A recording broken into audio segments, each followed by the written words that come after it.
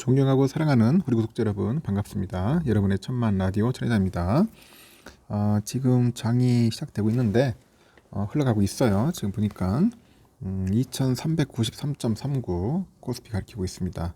2393.08 가리키고 있고 1.08% 빠지고 있어요. 좀 많이 빠지는 것 같습니다. 보니까 오늘 개미들은 당연히 사겠죠. 한 4,908억 정도 하고 있고 외국인하고 이제 기관들이 좀 팔고 있어요. 2,939억. 기관 애들이 한 2,249억 매도하고 있네요. LG엔솔이 0.18%, SDI 0.5%, 기아가 0.26% 정도 현재 오르고 있고, 삼성 1.3, 하이닉스 2.3, 삼바 0.5, LG화학 1.2, 우선주 1.3, 현대차 0.6, 네이버 0.99 이렇게 빠지고 있습니다. 참고하시면 될 것 같습니다. 그리고 코스닥은 789.92, 2.39% 정도 많이 빠지네요. 800선이 깨졌고 현재 개인들이 3,635억 매수하고 있는데 외국인하고 기관들은 현재 팔고 있다 보시면 됩니다. LNF가 한 1.9% 빠지고 셀트리온 제약이 LNF 1.9% 오르고 셀트리온 제약도 0.1% 오르는데 나머지는 빠집니다.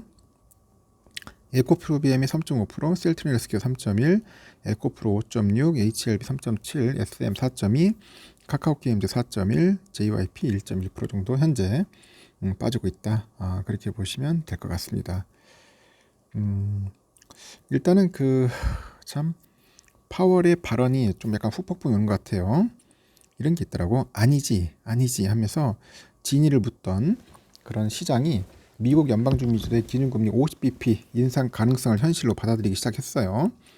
그러다 보니까 제롬 파월 연준 의장이 7일날 상원회의에 나와가지고 데이터가 계속 강하다면은 금리 인상 속도랑 폭을 넓힐 수 있다고 이제 말한 그 진의가 하루 시차를 두고 이제 금융주를 강타합니다.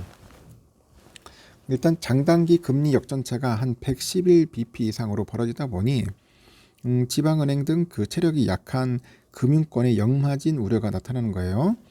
그래서 뉴욕 증시는 하루 앞으로 다가온 일자리 보고서 결과와 긴축 강화 우려에 극히 긴장한 모습을 노출을 했고 3대 지수는 모두 2% 안팎으로 이제 하락을 한 겁니다. 그러다 보니까 다우 지수도 전일보다 한 1.6% 정도 내려서 32,256.05를 기록했고 나스닥도 2% 정도 하락했죠. S&P 1.8%, 1.84. 하여튼 나스닥 S&P 많이 빠졌어요. 증시는 10일 금요일로 예고된 미국 노동부의 그 2월 고용보고서 발표에 촉각을 곤두세우는데 민간 고용업체가 미리 예상한 그 비농업 부분 일자리 증가치가 24만 2천 개로 예상치인 20만 5천 개를 훌쩍 넘어섰어요.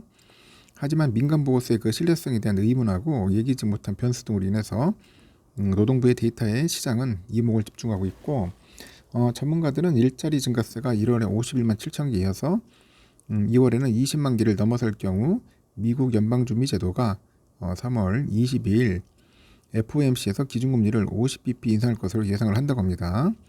연준은 꺾이지 않는 인플레이션하고 반세기 만에 최저치로 나온 그런 실업률을 근거로 기준금리 인상 속도를 높이겠다는 의지를 보였고 하지만 이 경우 가파른 기준금리 인상의 부작용으로 인해서 경기 침체도 동반될 것으로 전망되고 있습니다. 이제 미국 경제가 하반기에 경착륙할 것이라는 우려도 있어요. S&P 금융부는 이날 2020년 6월 이후 최악의 날로 표현하면서 4.1%의 하락률을 기록을 했는데 일단 대형은행인 뱅크 오브 아메리카하고 웰스파고가 각각 6.2%, 6.18% 빠졌고 시티그룹도 한 4.1% 정도 주가가 하락을 합니다. 하지만 당장 문제는 대형은행이 아니라 이 벤처업계와 연결된 지방은행권에서 나타나는데 실리콘밸리 은행을 자회사로 둔 그 SVP 파이낸셜이 이날 60.4% 정도 폭락을 합니다. 그 SVB는 그 채권 판매 손실을 메우기 위해서 20억 달러 이상의 자본을 새롭게 조달하기로 발표했고 기준 주식의 가치가 이제 하루 만에 반토막으로 떨어지죠. 그래서 지금 SVB는 그 자신들의 정체성에 따라서 미국의 벤처기업과 바이오 생명과학 회사들에 대한 투자 비중이 높은데 신생기업들의 IPO 루트가 최근 침체장에서 꽉 막히면서 자금 유통에 어려움을 겪고 있는 것 같아요. 하여튼 상당히 좀 안 좋다 그렇게 보시면 됩니다.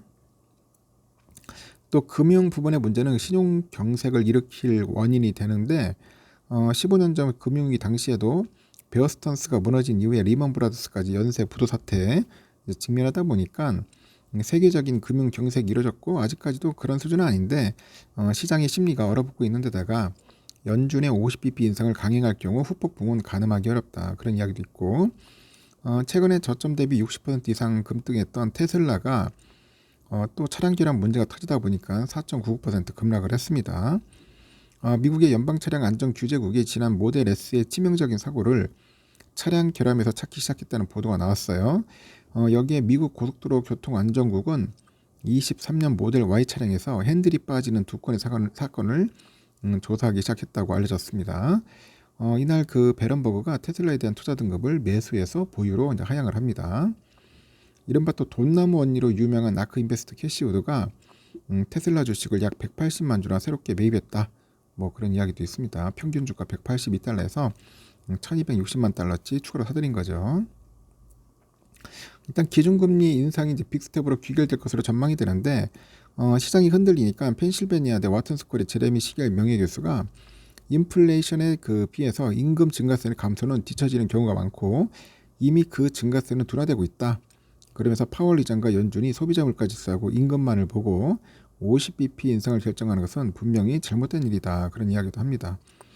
최근에 고금리에도 불구하고 인플레이션 데이터가 견고한 것은 정책 효과가 몇 가지 변수로 인해서 뒤늦게 나타나는 것일 뿐인데 이를 오인해서 긴축을 강화하는 것은 자칫 지나친 경기 침체를 유발할 것이라는 우려가 있어요.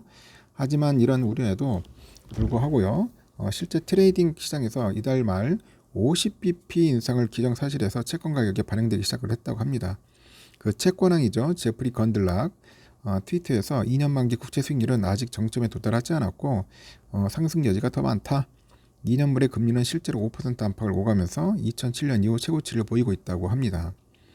노동시장의 신규 고용 건수도 서비스 시장의 공급 부족으로 타이트하게 유지되고 있는데 실업수당 청구 건수는 급증한 것으로 나타났고 3월 4일 기점에 지난주 실업수당 초기 신청은 21만 1000건으로 전주보다 2만 1000건 증가해서 예상치인 19만 5천 건을 넘어섰습니다.